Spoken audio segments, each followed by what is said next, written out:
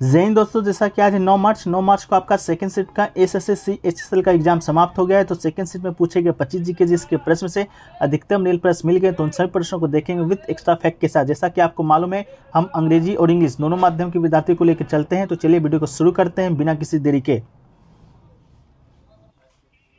तो देखिए दोस्तों, आज का जो हमारा पहला प्रश्न है वो आपसे पूछा गया था, पल्लवों की राजधानी कौन सी थी। ठीक है, पल्लवों, ठीक है। तो पल्लव की राजधानी दोस्तों आपका कांचीपुरम था, जो कि आपका बिल्कुल राइट आंसर था। कांचीपुरम की बात करेंगे तो ये रेशम और शैलकृत मंदिरों के लिए अत्यधिक निर्माण के लिए जाना जाता है। और पल्लव वंश के संस्थापक की बात करी जाएगी तो वो दोस्तों आपका सिंह विष्णु हो जाएगा। इसके अलावा पल्लव वंश की शासन की जो अवधि थी आपका 275 ईसा पूर्व से 897 ईसा पूर्व तक ही मानी जाती है। ठीक है, तो पल्लव वंश की राजधानी आपसे पूछी थी, तो आपका क्या राइट आंसर हो जाएगा, कांचीपुरम दोस्तों आपका इसका राइट आंसर हो जाएगा।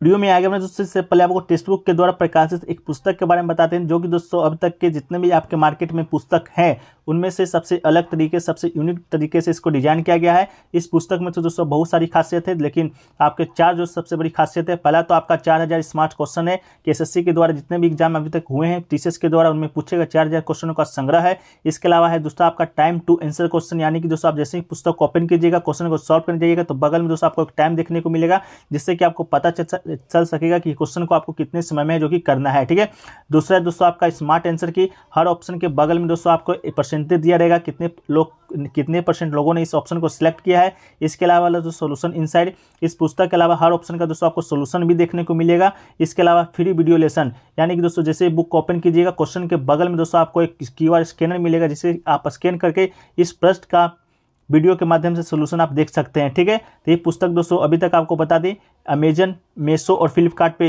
अवेलेबल है। अभी आपका smart book special offer week भी चल रहा है, जो कि आपका 4 से 10 मार्च तक था। आज है 9 मार्च आपका, तो आज लास्ट डेट है, आप लोग जाकर लाभ उठा सकते हैं। ये पुस्तक आपका अंग्रेजी और हिंदी दोनों माध्यम में उपलब्ध है। अभी आप लीजिएगा तो 60% का एक्स्ट्रा ऑफ भी आपको मिलेगा, तो लिंक डिस्क्रिप्शन में दिया गया है, आप लोग जाके एक बार चेकआउट कर लीजिएगा। ठीक है, चलिए वीडियो में आगे बढ़ते हैं।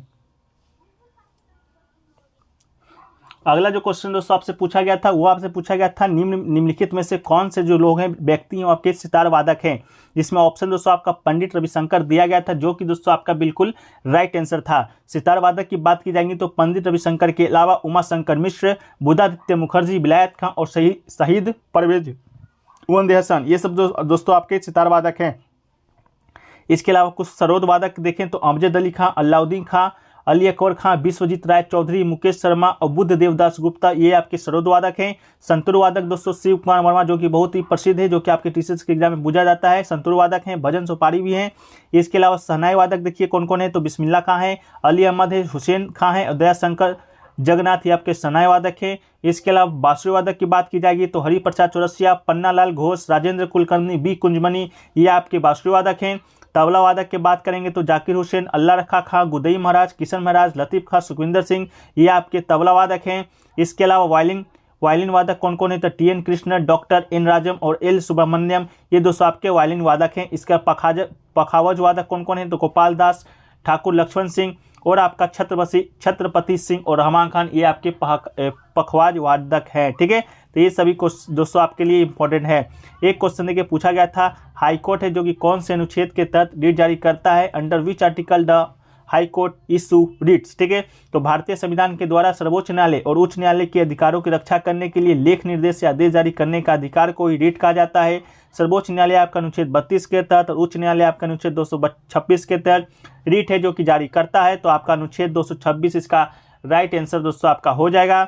अगला जो क्वेश्चन पूछा गया था, आराम बाग है जो कि किस शहर में बाबर ने बनवाया था, एट बीच पैलेस वाज आराम बाग बिल्ट बाय बाबर। तो आराम बाग की बात करेंगे तो भारत का सबसे पुराना मुगल बगीचों में से एक है। यह मुगल सम्राट बाबर के द्वारा 1528 ईस्वी में बनाया गया था। यह ताजमहल के पूर्वोत्तर में स्थित एक फारसी उद्यान है और इसका मतलब है आराम का बाग। ये दोस्तों आपका कहाँ है, तो ताजमहल कहाँ है, आगरा में है, तो आगरा में ही दोस्तों इसका राइट आंसर हो जाएगा। ताजमहल के पूर्वोत्तर में आपका ये आराम बाग है जो कि स्थित है। ठीक है, चलिए इसके अलावा दोस्तों आपके बात करने बाबर के बारे में, तो बाबर जिसका जो जन्म है 1483 ईस्वी में हुआ था, फरंगना जो कि अफगानिस्तान में है।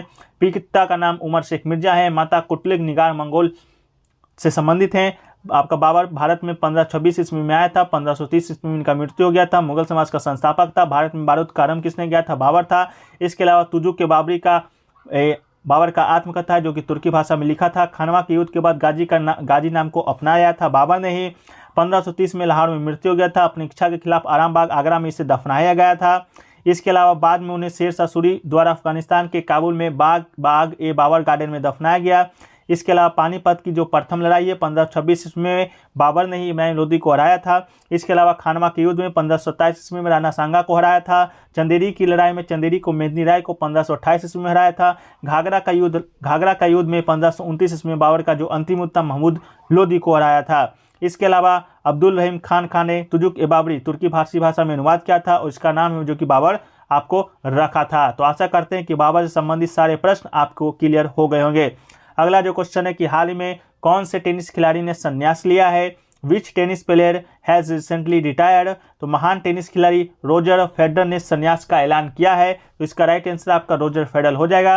41 साल के जो रोजर फेडरर हैं अपने संन्यास से जो कि ट्विटर पर इमोशनल पोस्ट के जरिए जो कि किया था। पुरुष सिंगल्स में सबसे ज़्यादा ग्रैंड स्लैम जीतने वाले के मामले में तीसरे नंबर पर है और स्पेन के राफेल नडाल ने सबसे ज़्यादा 22 ग्रैंड स्लैम खिताब है जो कि जीता है। अगला जो क्वेश्चन पूछा गया था औद्योगिक विकास किस परियोजना का उद्देश्य था, यानी कि industrial development was the goal of the which 5-year plan. तो इसका राइट आंसर दोस्तों आपका दूसरी पंचवर्षीय योजना हो जाएगा। दूसरी पंचवर्षीय योजना का जो लक्ष्य था आपका औद्योगिक विकास पर ही निर्भर था। दूसरी पंचवर्षीय योजना का फोकस भारी उद्योग पर था। तीव्र औद्योगिकरण पर का उपयोग राष्ट्रीय आय में 25% वृद्धि का लक्ष्य निर्धारित करने के लिए किया गया था। दूसरा जो पंचवर्षीय योजना है महालनोबिस मॉडल पर आधारित था। दूसरी पंचवर्षीय योजना में बात करेंगे तो भिलाई, दुर्गापुर और राउरकेला में स्टील मिलों का निर्माण किया गया था। इस योजना में कोयला उत्पादन में वृद्धि और अतिरिक्त रेलवे लाइन को शामिल करना था। इसके अलावा बात करेंगे तो होमी जे भाभा परमाणु ऊर्जा आयोग के पहले प्रमुख थे जिसकी स्थापना 1957 में हुआ था। द्वितीय पंचवर्षीय योजना के अंतर्गत ही एक शोध संस्थान के रूप में Tata institute of fundamental research की स्थापना में ही द्वितीय पंचवर्षीय योजना में जो कि आपका हुआ था। ठीक है, अगला जो क्वेश्चन देखिए आपसे पूछा गया था कौन सी नदी है जो कि बंगाल की खाड़ी में जाके गिरती है। Which river flows into bay of Bengal. तो दोस्तों आपको बता दें बंगाल की खाड़ी जो कि इतना किलोमीटर क्षेत्र में फैला हुआ है। ठीक है, जिसमें सबसे जो बड़ी नदी गंगा है तथा उसकी सहायक नदी पद्मा है, हुगली है, ब्रह्मपुत्र है एवं उसकी सहायक नदी जमुना और मेघना के अलावा अन्य नदियां जैसे कि इरावती, गोदावरी, महानदी, कृष्णा, कावेरी आदि नदियां सागर से संगम करती है, जो कि ऑप्शन में आपका गोदावरी दिया गया था जो कि बिल्कुल आपका राइट आंसर था। इसके अलावा नदी से एक और क्वेश्चन पूछा गया था राजस्थान में कौन सी नदी निकलती है राजस्थान से। इसका ऑप्शन मिल नहीं पाया है, तो आप लोग को अगर मालूम है इसका आंसर आप लोग कमेंट सेक्शन में जरूर है जो कि बताने का प्रयास कीजिएगा। चलिए अगला क्वेश्चन देखिए पूछा गया था पलासी की युद्ध में कंपनी की तरफ से नेतृत्व किसने किया था। तो पलासी का युद्ध आपको मालूम होगा 23 जून 1757 को मुर्शिदाबाद के दक्षिण में 22 मील 2 नदिया जिले में भागीरथी नदी के किनारे पलासी नामक एक जगह है वहीं पर हुआ था। इस युद्ध में एक और ब्रिटिश ईस्ट इंडिया कंपनी की सेना थी तो दूसरी ओर कौन था, बंगाल के नवाब की सेना।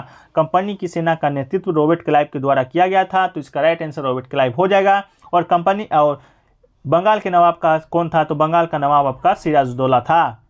एक क्वेश्चन देखिए पूछा गया था प्रो कबड्डी लीग का फाइनल था जो कि 2022 का, वो आपके किसके बीच में हुआ था। तो प्रो कबड्डी लीग का फाइनल आपको बता दें जयपुर पिंक पैंथर्स और पुनेरी पल्टन के बीच मुंबई के डोम NCSBP स्टेडियम में रात 8 बजे खेला गया था।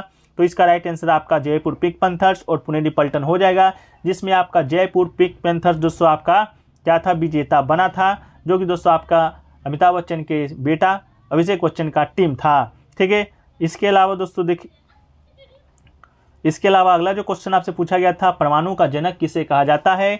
तो होमी जहांगीर भाभा को दोस्तों आपका भारत के परमाणु का जनक कहा जाता है, जो कि जिनका जन्म आपका 30 अक्टूबर 1909 को मुंबई के पारसी परिवार में हुआ था। एक क्वेश्चन देखिए पूछा गया था I-20 फुटबॉल का फाइनल है जो कि कौन सी टीम ने जीता था।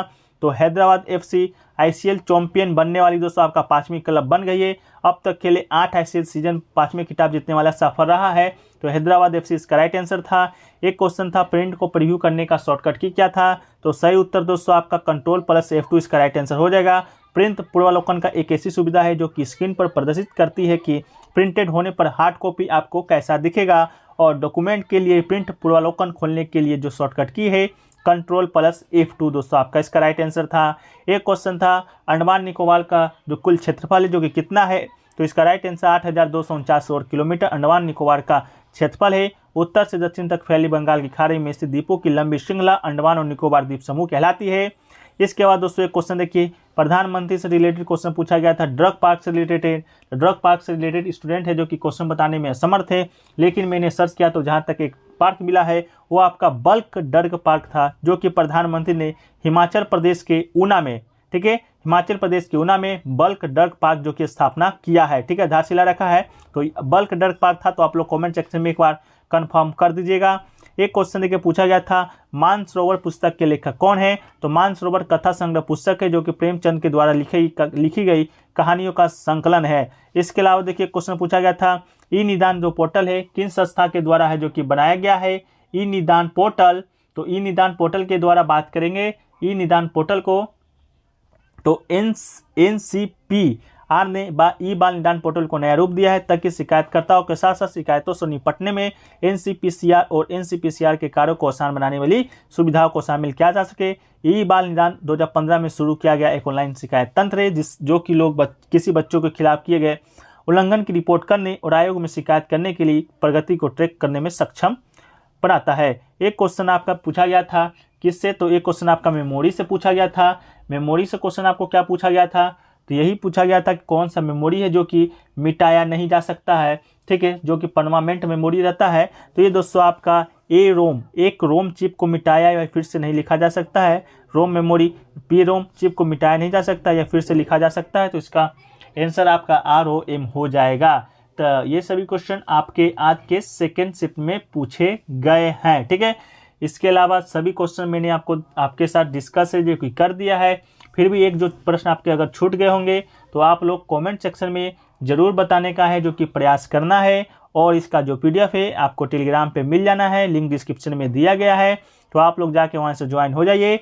और चैनल पे अभी तक आप नए हैं, सब्सक्राइब नहीं किए हैं, तो सब्सक्राइब आप लोग ज़रूर कर लीजिए और नोटिफिकेशन बेल को भी ऑल पे क्लिक कर लीजिएगा, ठीक है। तो चलिए हम लोग मिलते हैं थर्ड शिफ्ट के एनालिसिस वीडियो में। जब तक के लिए जय हिंद, जय भारत।